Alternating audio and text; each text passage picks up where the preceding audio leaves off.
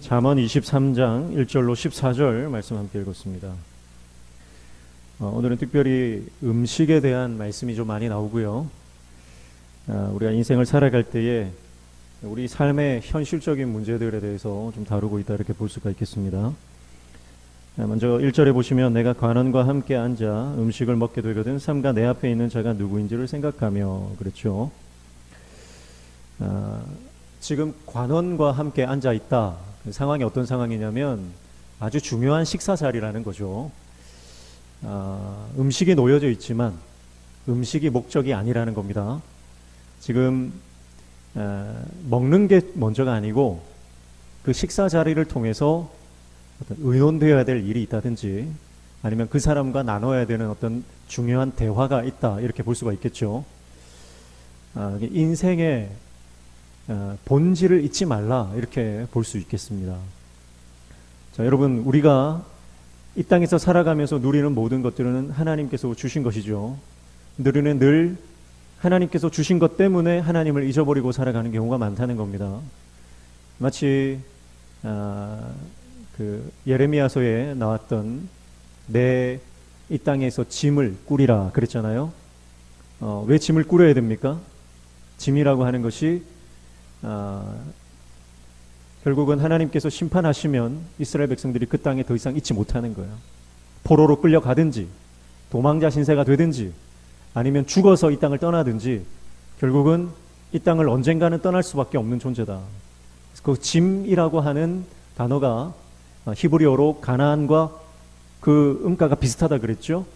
그러니까 우리가 이스라엘 백성들이 누리는 가나안 땅이 하나님께서 주신 것임을 잊지 못하고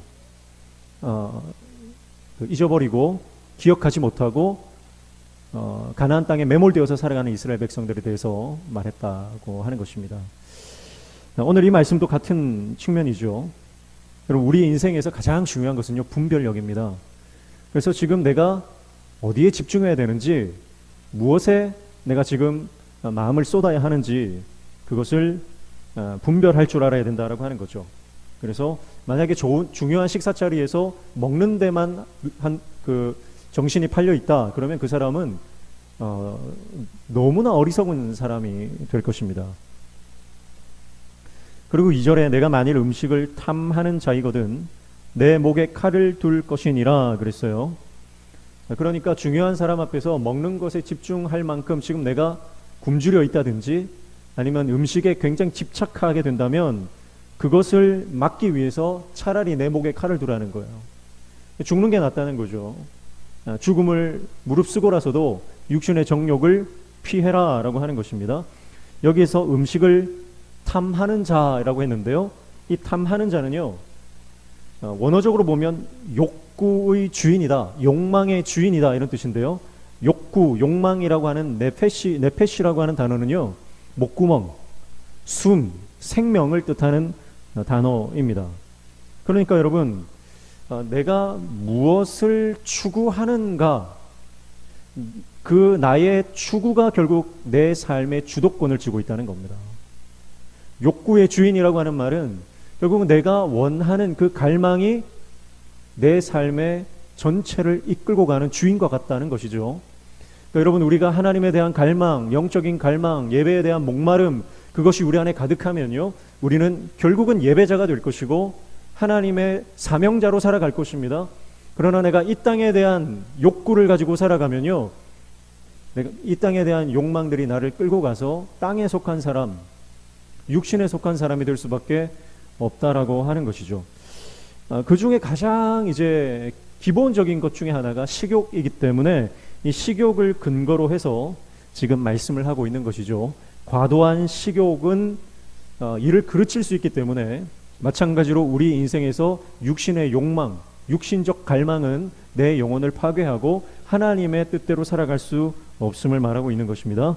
3절에 보면 그의 마시는 음식을 탐하지 말라 그것은 속이는 음식이니라 그렇게 말하죠. 음식이라고 하는 것은 몸을 이롭게 하잖아요. 좋은 음식을 많이 먹으면 몸이 건강해집니다. 또 함께 먹는 이 식탁이잖아요. 이 식탁도요 같이 먹고 마실 때 여러분 우리가 친분이 쌓이고 관계가 더 증진이 되잖아요. 그러니까 음식과 식탁 자리 이거는 굉장히 소중한 것입니다. 그런데요, 반대의 경우도 있다는 거죠. 그저 육신적인 1차적인 욕구만을 위해서 만나는 만남이라든지 어떤 취하는 모든 것들은 어쩌면 그 반대로 내 인생을 망가뜨릴 수도 있기 때문에 우리가 하나님께서 주신 것을 어떻게 선용하느냐, 어떻게 바른 목적을 가지고 살아가느냐, 그것이 굉장히 중요합니다. 저는 우리 성도들이 하나님 안에서 하나님 나라의 식탁 교제가 많아지기를 축복합니다. 그래서 그냥 밥 먹는 게 아니고요. 뭐 만나서 세상적인 얘기하고 만나서 무슨 뭐 살아가는 그런 시시콜콜한 얘기들로 우리의 식탁이 채워지는 것이 아니라 우리가 함께 성도의 교제를 나누고 함께 식탁의 교제를 나눌 때 그 식탁 자리가 하나님의 나라가 되기를 축복합니다. 그래서 그 식탁 자리에서 함께 음식을 먹고 나누면서 단지 먹고 마시고 나누고 즐기는 것이 우선이 되는 게 아니라 그 식탁 자리를 통해서 하나님 나라를 꿈꾸고 함께 하나님 안에서 어떻게 우리가 주님을 위해서 섬길 것인가 비전을 나누고 함께 도전받으며 영적으로 성장하는 그런 자리들이 되면 좋겠어요. 그래서 우리 성도들이 그런 식탁의 교제들을 많이 가지시기를 축복합니다. 특별히 성도들 간의 교제보다 더 중요한 것은요, 우리 가정의 식탁이 회복되는 것입니다. 여러분, 우리 자녀들과 부모의 식탁이 회복되어야 되죠. 그래서 함께 부모와 자녀들이 밥을 먹으면서 함께 하나님 나라를 꿈꾸고 예수님에 대해서 서로 이야기하고 영적인 것을 나누고 그런 식탁 자리로 회복되어야만 가정이 회복되는 거예요. 근데 요즘은 밥 먹기조차 힘든 시대 아닙니까? 그래서 여러분, 여러분의 가정이 오늘 오전에 말씀드렸던 것처럼 거룩한 회막이 되도록 여러분 선포하시고 여러분이 하나님께 올려드려야 될 영적인 하나님 기뻐하시는 예물들을 올려드리시기를 축복합니다.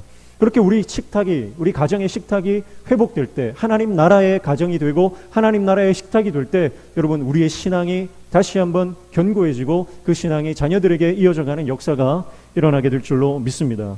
4절과 5절에 보면 부자 되기를 힘쓰지 말라 그렇게 말씀하는데요. 4절 부자 되기에 애쓰지 말고 내 사사로운 지혜를 버릴지어다 그렇게 말씀하죠. 부자 되기에 애쓰지 말래요. 이게 좀 당황스러운 말씀 아닙니까?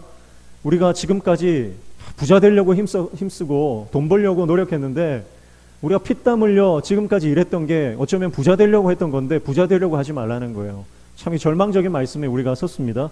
그런데 이 말은요, 부자 되지 말라는 말씀이 아니에요. 여러분 오해하시면 안 됩니다. 하나님께서는요, 하나님께서 허락하시면 우리를 부자로 만드실 수 있는 분인 줄 믿습니다. 그리고 우리가 부자로서 하나님께 쓰임 받는 사람들도 많이 있습니다. 부자 되지 말라는 말이 아니고요, 이 말씀은 부를 인생의 목적으로 삼지 말라는 것입니다.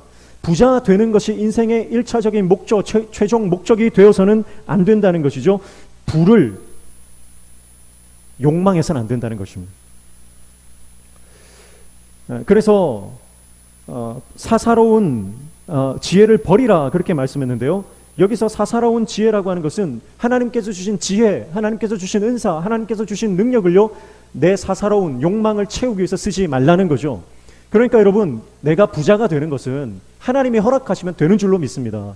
그래서 내가 부자가 목적이 아니라 하나님 나라가 목적이 되고 영혼 구원이 목적이 되고 교회를 세우는 것이 목적이 되고 내가 예배자로 살아가는 것이 목적이 될 때 그 도구로, 그 과정으로 하나님께서 나를 부자로 만들어 주실 수도 있는 것이고요, 때로는 우리가 가난한 가운데서 하나님을 섬길 수도 있는 것이고, 그것은 하나님께 달려 있다는 거죠. 인생을 최선을 다해서 살아가다 보면 하나님께서 우리에게 재정을 부어주실 때도 있고요, 때로는 걷어가실 때도 있는 거예요. 그러나 여러분, 하나님 안에 있으면 부자도 축복이고 가난해도 축복인 줄로 믿습니다. 그런데 우리가 하나님이 없으면, 말씀이 없고 은혜가 없으면 부자가 돼도 저주고요, 내가 가난해도 저주인 거예요. 중요한 것은 하나님이 계시느냐, 예수 그리스도가 내 삶의 주인이시냐 하는 것입니다. 돈이 주인 되는 인생을 살지 마시고 예수 그리스도가 인생의 주인 되는 하나님의 종들 되시기를 축복합니다. 예수님이 주인 되셔야 돼요. 여러분 가정의 주님이, 예수님께서 여러분 가정의 호주가 되시고 주인이 되시고 가장이 되셔야 됩니다. 그래서 가정마다 아버지가 대부분 가장이겠지만 아버지는요, 그 가장의 자리를 주님께 내어드려야 돼요. 우리가 사업을 하고 회사를 다니고 장사를 해도요, 내가 그 사업의 주인이 아닙니다. 하나님이 그 사업의 주인이신 줄로 믿습니다. 여러분, 그러면 하나님이 주인이시면요, 하나님이 어련히 경영하시겠습니까? 하나님께 맡기면, 주인의 자리를 하나님께 내어드리면 주인이 이끌고 가시는 거예요. 그래서 하나님이 주신 지혜와 능력을 돈 버는 것에만 매몰시키지 말고 하나님의 영광을 위해서 쓰다 보면 하나님께서 더 크게 우리를 들어 쓰시는 줄로 믿습니다. 그래서 여러분, 하나님께서는요, 가난해서 돈을 달라 그런 분이 아니잖아요. 하나님이 돈이 없는 분이 아닙니다. 하나님은 온 우주 만물의 주인이시잖아요. 하나님이 필요하시면요, 돌들을 사용해서라도 하나님은 일을 하시는 겁니다. 근데 내가 그 하나님의 도구가 되는 것이 복이고요, 내가 하나님의 그 놀라운 역사에 포함되는 것이, 그것이 은총이잖아요. 여러분, 그래서 우리 인생 가운데 돈이 주인이 되지 않고 세상 영광, 세상 명예, 내 건강, 내가 누리고 살아가는 것이 주인 되는 것이 아니라 오직 하나님만이 우리 인생의 주인 되시기를 축복합니다. 그래서 5절에 보니까 내가 어찌 허무한 것에 주목하겠느냐, 정령이 재물은 스스로 날개를 내어 하늘을 나는 독수리처럼 날아가리라 그랬습니다. 여기서 허무한 것이라고 하는 것은 1차적으로 앞에 말했던 부자 되는 것, 돈에 집중하는 삶을 말하겠죠. 1차적으로 우리가 누리는 먹고 사는 문제들을 말하는 것이라고 볼 수 있는데, 그 돈에 주목하면요, 그 돈이 어떻게 된다고요? 날개를 달고 날아간다는 거예요. 근데 어떤 날개입니까? 독수리 날개래요. 성경에서 독수리 날개는요, 가장 강력한 날개로 표현됩니다. 가장 빠른 날개로 표현됩니다. 그만큼 돈이 사라져버린다. 독수리 날개처럼 우리 곁을 떠나버린다, 그렇게 말하는 겁니다. 여러분, 우리가 주님을 바라보면 주님께서 우리에게 필요하신 모든 것을 이른 비와 늦은 비의 은혜로 채워주시는 줄로 믿습니다. 그러나 우리가 주님을 바라보지 못하고 돈을 바라보고 건강을 바라보고 사람을 바라보면, 여러분, 내가 바라보던 그것이 결국 신기루처럼 사라져버립니다. 여러분, 요즘같이 더운 날은요, 아스팔트를 차량으로 이렇게 달리다 보면요, 저 끝에요, 물이 막 넘실넘실 거리는 것처럼 보이는 게 있죠. 그래서 신기루 아닙니까? 저 끝에 물이 있어요. 그런데 한참 달려가도요, 그 물이 나오지 않아요. 여러분, 사막에도 그렇잖아요. 사막에 가면 오아시스처럼 보이는 신기루가 있어요. 그런데 그 신기루를 쫓아가면요, 거기는 아무것도 없습니다. 여러분, 우리가 허무한 것에 주목하면 그와 같은 인생이 된다는 거예요. 그래서 지난 금요일에도 말씀드렸지만, 여러분, 우리 인생에 가장 소중한 날은 언제라고 했습니까? 오늘이에요. 오늘이 증명한다, 그렇게 말씀했어요. 하나님께서 성경을 통해서 말씀하시는 모든 소중한 날은요, 오늘이에요. 지금이에요. 지금 이 순간 우리가 하나님 앞에 예배하는 이 순간이 가장 소중한 시간인 줄로 믿습니다. 그런데 우리는 어떻게 생각해요? 언젠가 터질 대박을 우리는 바라보며 살아요. 여러분, 그러나 그 대박은요, 저주입니다. 로또 걸리시기를 바라시는 분도 있겠지만, 로또 걸리면 여러분 인생 패가 망신하는 거예요. 절대 로또, 대박, 한방, 그거 기대하지 마시고요, 오늘 주시는 하나님의 은혜에 집중하시기를 축복합니다. 그래서 오늘 주시는 은혜에 우리가 만족하면 감사가 나오고 기쁨이 나오고 우리 안에는 원망과 불평이 사라져요. 그런데 언젠가 터질 대박 한방, 그걸 노리면요, 결국은 쪽박차고 지금 감사와 기쁨을 잃어버리고 원망과 불평 가운데 살아갈 수밖에 없다라고 하는 것입니다. 자녀들을 보시면서요, 자녀들의 지금 모습에 만족하십시오. 자녀들이 지금 건강하게, 지금 주님 은혜 안에 있는 것 만족하십시오. 이 아들이 언제 커서 대박을 쳐서 나를 부양해주고 나에게 뭐 차를 사다 주고 집을 사다 주고 언제 대박을 터질까? 여러분, 그거 바라보면요, 자녀를 바라보면서 짜증이 나고요, 자녀를 바라봐도 감사가 없는 거예요. 그러나 이 소중한 아이를 내 가정에 보내주시고 우리 가정에 이렇게 부족한 나에게 이 소중한 아이들을 보내주신 것이 얼마나 감사한지 몰라요. 그 오늘 하루에 집중하면요, 자녀가 달라 보이고요, 남편이 달라 보입니다. 여러분, 남편 바라보면서 여러분, 남편이 언제 변할까 그거 바라보지 마시고, 그래도 이만큼 내 옆에 있는 것 감사하면서 남편을 위해서 기도하고 축복하시기를 축복합니다. 옆집에 있는 철수 아빠를 바라보면서 어떻게 저렇게 철수 아빠처럼 될까? 여러분, 그 언젠가 대박 노리면서 살아가면 결국은 쪽박 찬다는 거예요. 백마탄 왕자, 청년들 축복합니다. 백마탄 왕자를 바라보지 마시기를 축복합니다. 백마탄 왕자를 기다리는 인생은요, 결코 하나님께서 그 인생을 인정하지 않으십니다. 그래서 오늘 하루 최선을 다하고 하나님 앞에 신실하게 충성하는 자에게 하나님께서는 그 하나님의 때에 놀라운 은혜를 허락해 주실 줄로 믿습니다. 그래서 좋은 거는요, 매일 먹어야 돼요. 근데 효과가 빨리 안 나타나는 거예요. 비타민이든 무슨 몸에 좋은 뭐 건강식품이든 꾸준히 오랫동안 먹으면 서서히 몸에서 나타나는 거예요. 근데 대박은 독약과 같다. 독약은요, 한 번 먹으면 죽는 겁니다.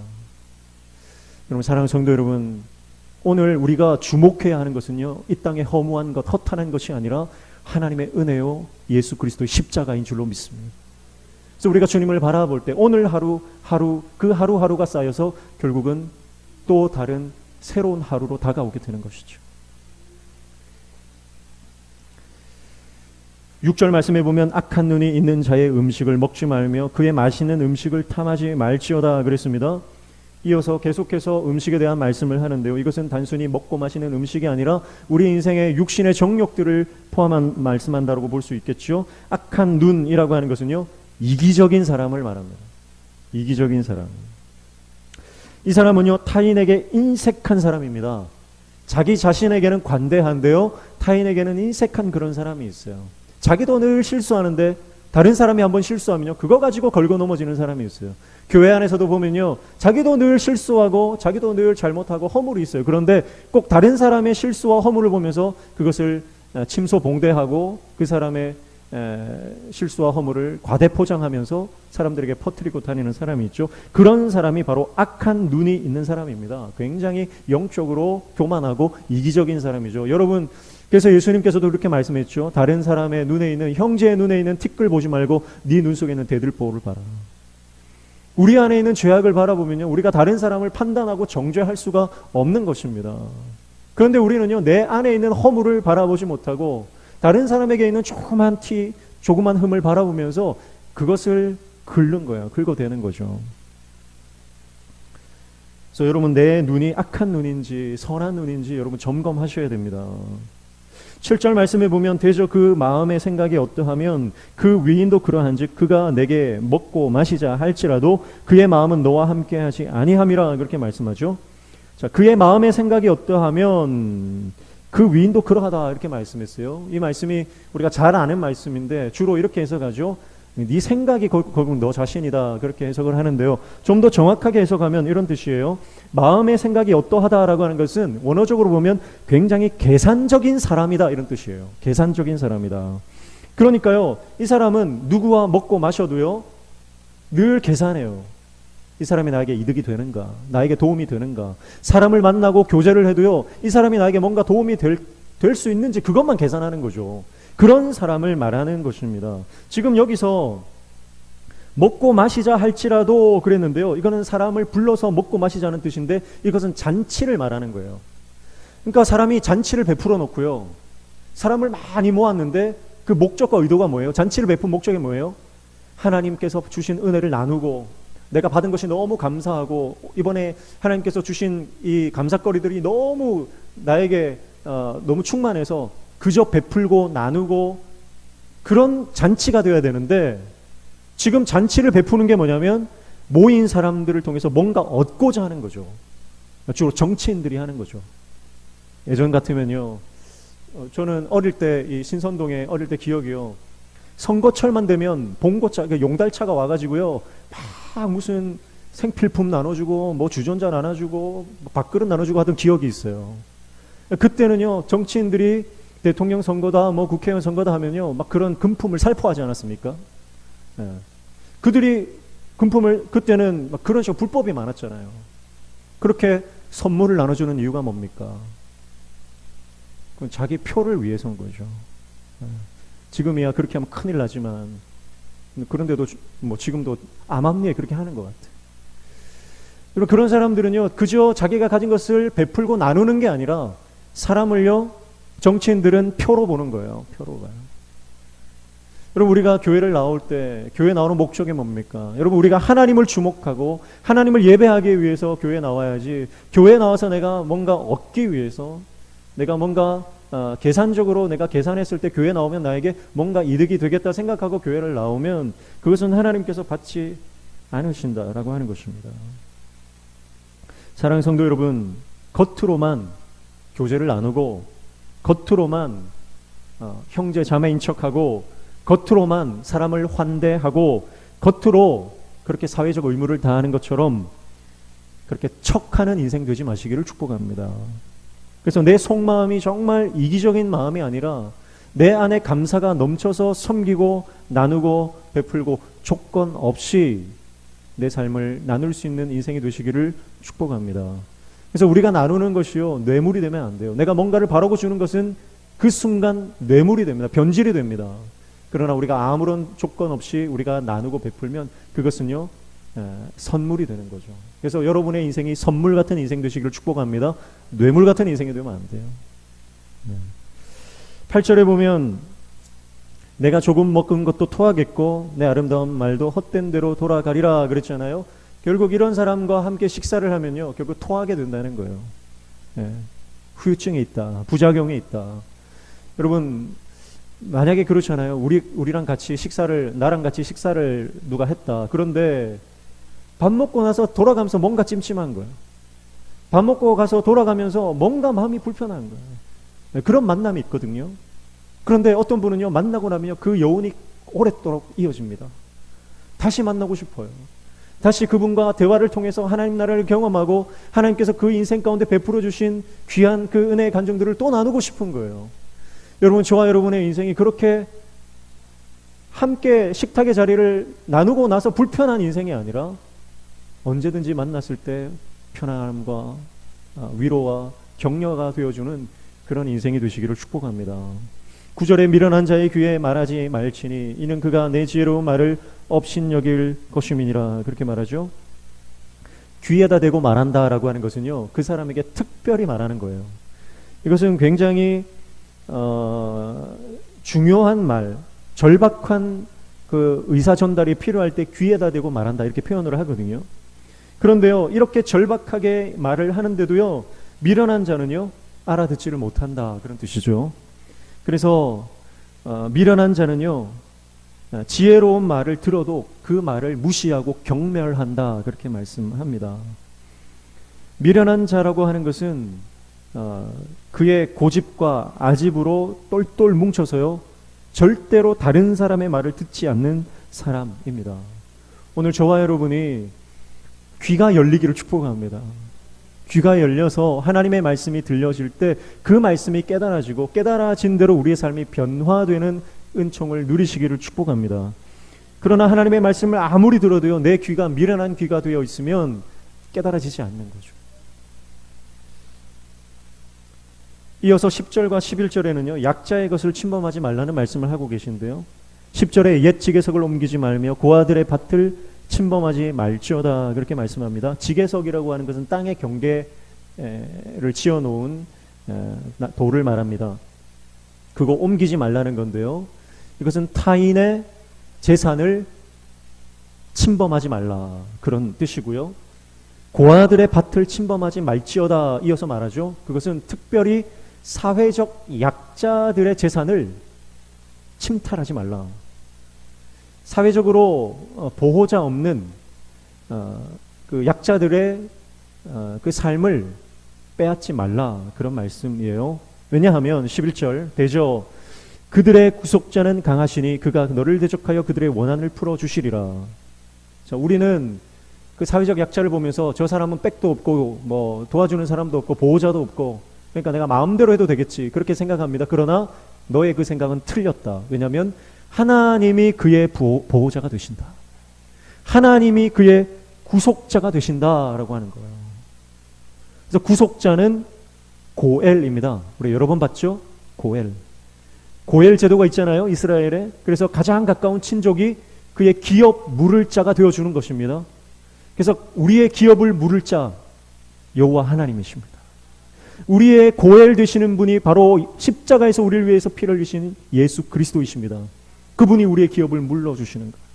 그래서 우리는 마귀에게 모든 것을 빼앗겨 버렸습니다. 그러나 예수님께서 핏값으로 그 모든 빼앗긴 영혼과 생명을 다시 되찾아 오셨어요. 그래서 예수님은 우리를 핏값으로 사신 구속자, 고엘이 되시는 거죠. 그래서 여러분, 우리는 예수 그리스도를 바라볼 때 영원한 생명을 얻게 되고 이 땅 가운데 빼앗기지 않는 기쁨과 평강을 누리면서 살아가게 될 줄로 믿습니다. 여러분, 예수님 때문에 여러분 마음에 있는 그 기쁨과 소망을 빼앗기지 않기를 축복합니다. 사단은 끊임없이 우리 안에 있는 모든 기쁨과 감사와 평강을 빼앗아 가려고 합니다. 그래서 불안을 심어주고 두려움을 심어주고 근심과 걱정을 우리 가운데 부어주려고 해요. 늘 두렵고 불안한 거예요. 그러나 예수 그리스도를 바라볼 때에 우리 안에 있는 모든 불안과 염려와 근심과 걱정은 떠나가고 하늘의 평강, 인생이 줄 수 없는 놀라운 기쁨과 소망이 우리 안에 넘쳐나게 될 줄로 믿습니다. 그 은혜를 예수님께서 십자가에서 우리를 향해 흘려주신, 그게 십자가 보혈의 의미죠. 그래서 예수 그리스도의 피, 그것은 영혼의 화폐다. 영혼의 화폐, 그 예수 그리스도의 피만이 우리의 영혼을 되찾아올 수 있는 영혼의 화폐가 되시는 것이죠. 그래서 오늘 저와 여러분이 오늘 앞서서 허무한 것에 주목하지 말라 그랬어요. 우리가 주목해야 하는 분은 오직 예수 그리스도이신 줄로 믿습니다. 우리 모든 성도님들이 오직 예수님만 바라보고 오직 예수님만 따라가는 저와 여러분 되시기를 축복합니다. 그래서 온 교회가 예수님을 따라갈 때 교회가 하나 될 줄로 믿습니다. 온 교회가 예수 그리스도의 십자가를 바라볼 때 교회는 온전히 연합하게 되는 줄로 믿습니다. 사단은 끊임없이 분열시킵니다. 갈등을 증폭시키고 적개감을 가지게 하고요. 그래서 성도들 안에 끊임없이 불안하고 갈등하고 우리 안에 분열케 만드는 것이죠. 그러나 그 모든 분열을 하나로 묶는 것은 예수 그리스도의 십자가 능력, 그것이 우리를 하나로 묶는 줄로 믿습니다. 12절부터 14절은 하나님의 말씀, 지식의 말씀에 귀를 기울이라 그렇게 말씀하면서 그 말씀이 자녀를 살릴 것이다, 또 그렇게 말씀을 합니다. 12절에 보시면 훈계에 착심하며 지식의 말씀에 귀를 기울이라 그렇게 시작을 하죠. 훈계에 착심해라. 착심이라고 하는 것은 마음에 두라는 것이죠. 하나님의 말씀을 내 마음에 두라. 지식의 말씀에 귀를 기울이라 그랬습니다. 자, 이것은 부모가 먼저 갖춰야 될 덕목이기도 합니다. 그래서 13절에 보면 아이를 훈계하지 아니하려고 하지 말라. 채찍으로 그를 때릴지라도 그가 죽지 아니하리라 그랬습니다. 자, 아이 훈육하는 것에 대해서 주저하지 말라는 거예요. 때로는 회초리를 들어야 될 때도 있다. 그럴 필요가 있다. 그렇게 말합니다. 그러면서 14절에 내가 그를 채찍으로 때리면 그의 영혼을 스올에서 구원하리라 그렇게 말씀했어요. 자, 회초리가 스올, 곧 죽음이죠. 지옥입니다. 죽음에서 그를 건져낼 것이다. 그렇게 말해요. 이 회초리는 뭡니까? 하나님의 말씀이죠. 네, 하나님의 말씀이고요. 그리고 고대 사회에서는요, 아이가 하나님의 말씀을 떠나면 정말 회초리를 드는 거죠. 네, 정말 회초리를 들고요. 그리고 하나님의 말씀에는요, 실제로 이 말씀 겉면에다가요, 율법에다가 꿀을 발라두는 거예요. 그래서 아이들이 말씀을 암송하고 말씀을 읽고 하면 그 꿀을 발라서 그 꿀을 먹게 해요. 그래서 하나님의 말씀이 정말 꿀송이처럼 달다는 것을 몸으로 체험하도록 만듭니다. 그리고 이 말씀대로 살지 않고 말씀을 벗어나고 불순종하고 범죄하면요, 실제로 회초리를 들어서 그 아이들을 때리는 거죠. 그래서 하나님의 말씀을 떠나면 이렇게 징계가 있구나, 아프구나, 고통이 있구나, 그것을 알게 하는 거죠. 지금 현대 사회에서 우리 부모들이 참 자녀 양육하기가 힘들잖아요. 왜냐하면 많은 언론 매체에서 부모가 아이를 체벌하는 것에 대해서 부정적으로 말하고 있기 때문에 그렇습니다. 그래서 내가 자녀에게 매를 들려고 하면요, 이건 내가 잘못하고 있는 것 아닌가, 그런 생각이 들거든요. 그러나 저는 엄한 교육이 필요하다 그렇게 생각합니다. 왜냐하면 성경이 그것을 가르치고 있기 때문에 그렇습니다. 그래서 성경의 가르침은요, 필요하다면 매를 들어서라도 하나님을 경외하는 바른 관점을 갖도록 돕는 것이 필요하다. 그래서 결국은 우리가 감정대로 하면 안 됩니다. 감정대로 하지 말고요. 그래서 12절이 먼저 시작하는 거예요. 12절 다시 보시면 훈계에 착심하며 지식의 말씀에 귀를 기울이라 했는데요, 부모들이 먼저 하나님의 말씀의 기준에 바로 서 있어야만 바른 훈육을 할 수 있다는 거예요. 아니면 내 감정대로 하거든요. 분풀이가 되거든요. 여러분, 자녀를 양육할 때 절대 분풀이가 되면 안 되고요. 하나님의 말씀으로 그 아이들을 훈육해야 하는 것입니다. 그렇게 아이를 훈육할 때 영혼을 잃어버리지 않는다는 겁니다. 사랑하는 성도 여러분, 오늘 저와 여러분에게 맡겨주신 어린 영혼들, 우리 가정의 자녀들, 그리고 교회 학교 우리 아이들, 우리가 그 아이들을 하나님의 말씀으로 잘 양육할 수 있는 저 여러분 되시기를 축복합니다. 그래서 최근에는요, 사실 그 교육에는 왕도가 없어요. 그래서 뭐 트렌드에 따라서 어떤 분이 확 뜨기도 하고요. 그러다가 한 번에 또 다 가라앉기도 하는데, 최근에 뭐 언론에서 굉장히 유명한 그런 유아 교육을 하시는 그런 멘토가 있지 않습니까? 그런데 요즘에는 비판을 또 많이 받아요. 왜냐하면 아이들이 너무 버릇이 없는 거예요. 예. 체벌을 하면 안 된다, 그런 어떤 원칙을 세워 놓으니까요, 전문가들이야 그게 가능한데요, 일반적인 우리 부모들은 그게 참 힘들잖아요. 그러면 지금 전 국민이 어떤 상태에 있냐면, 전국의 부모들이 나쁜 부모, 나는 나쁜 부모다라고 하는 그런 잘못된 인식에 지금 사로잡혀 가는 거예요. 그렇게 하면 다 된다고 생각했는데 안 되니까요. 그리고 아이들은 점점 더 버릇이 없어지고, 이제 학교에 가서조차 선생님을 폭행하는 그런 지금 사회가 되어가지 않습니까? 그래서 여러분, 희망은요, 교육에 있는 게 아닙니다. 희망은 어떤 전문가가 가르치는 뭐 솔루션, 뭐 교육 철학, 거기에 소망이 있는 게 아니고요, 소망은 말씀에 있는 줄로 믿습니다. 우리는 그것을 믿는 사람들이에요. 그래서 내가 하는 방법들이 좀 서투를 수 있겠지만, 그러나 우리가 하나님의 말씀을 붙들고 하면요, 하나님께서 그 아이를 책임져 주시는 줄로 믿습니다.